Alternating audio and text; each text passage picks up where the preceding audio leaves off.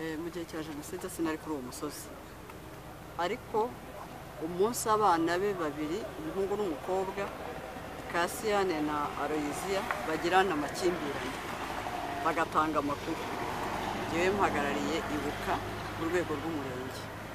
Nakurikiranye ayo makuru, dutanga amakuru, dubwira gitifu umurenge aradufasha za vuba asenya iriya tuwareti n'abaturage bose b'imirenge, umurenge wa Kibirizi n'umurenge wa Ntyazo aho abo bana bakomokaga.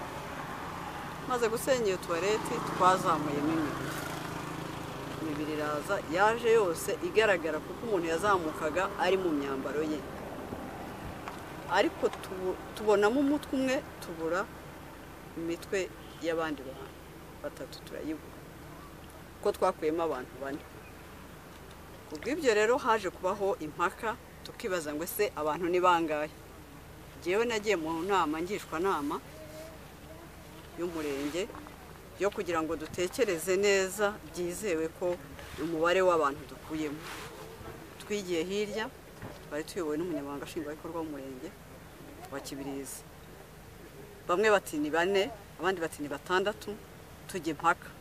Tuvamo umugabo mukuru wari turimo ukuze aratubwira ati reka nsubire kuri shitingi. Asubira kuko imibiri yari idendeje shitingi ari myinshi.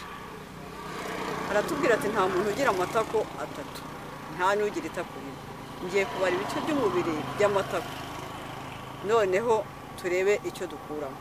Yarabaze twese tumuhagaze iruhande, twagarutse dusubira hirya mu mwiherero, aratubwira ati mubonye ko mbaze amatako 8.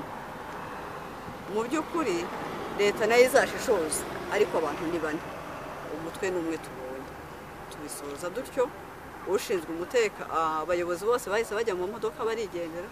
Ushinzwe umutekano w'uwo mudugudu niwe bashinze iki gikorwa cyo guherekeza iyi mibiri n'abaturage benshi, abagabo bageze nko kuri 50. Shitingi yaterwaga n'abagabo 10, bayijyana bageza ku murenge niho yaruhukiye. Bisoza gutyo, hakurikiraho ubutabera.